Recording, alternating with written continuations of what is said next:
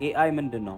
ኤአይ አርቲፊሻል ኢንተለጀንስ በሁለት አይነት መልኩ ለሰው ልጆች አገልግሎት እየሰጠ ሲሆን በሶፍት ኮፒ እና በሃርድ ኮፒ ማለትም በስልኮቻችን ወይም በኮምፒውተሮቻችን ላይ ሆኖ በሶፍት ኮፒ መልኩ በሲስተም መልኩ ሆኖ ይሰጠናል አገልግሎት።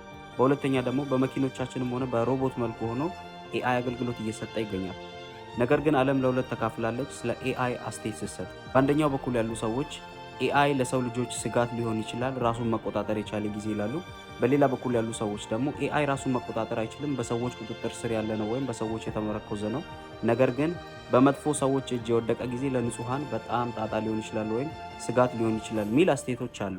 ነገር ግን ይሄ ጥያቄ መጣልኝ ወይም ኤአይ ምንድነው የሚለው ጥያቄ መጣልኝ መዝሙሮች በኤአይ መሰራት የለባቸውም የሚል አስተያየት በሰጠው ሰዓት ስለሆነ ወደ ሌላው ነገር አንግባ። ለማብራራት ያህል ወይም ለጠቅላላ እውቀት ያህል ነው ያንን የተናገርኩት። ኤአይ ማለት አርቲፊሻል ነው። አርቲፊሻል ነገር እግዚአብሔርን ሊያከብረው አይችልም። የእግዚአብሔርን ክብር መግለጽ የሚችል ነገር አይደለም። ጸጋ የሚሰጥም የሚነሳም እግዚአብሔር ስለሆነ ባለን ጸጋ እግዚአብሔርን ማገልገል እንጂ እንዲሁም አንዳንዶች የሰጡኝ አስተያየት ደግሞ ላይክ እንደ ኪቦርድ ማየት ይቻላል እኮ አሁን ኪቦርድ የሙዚቃ መሳሪያ እንደሆነው የሚል አይነት አስተያየትም ተቀብያለሁ።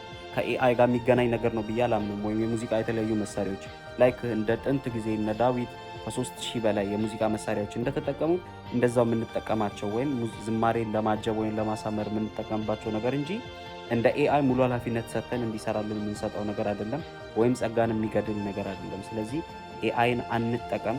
ኤአይ እግዚአብሔርን ሊያስደስት አይችልም። ለእግዚአብሔር የሚቀርብ መስዋዕት ሊሆን አይችልም። ስለዚህ ይህን ቪዲዮ ሪፖስት እና ሼር እያደረጋችሁ በጣም ብዙዎች ጋር አድርሱልኝ። አመሰግናለሁ። መልካም ጊዜ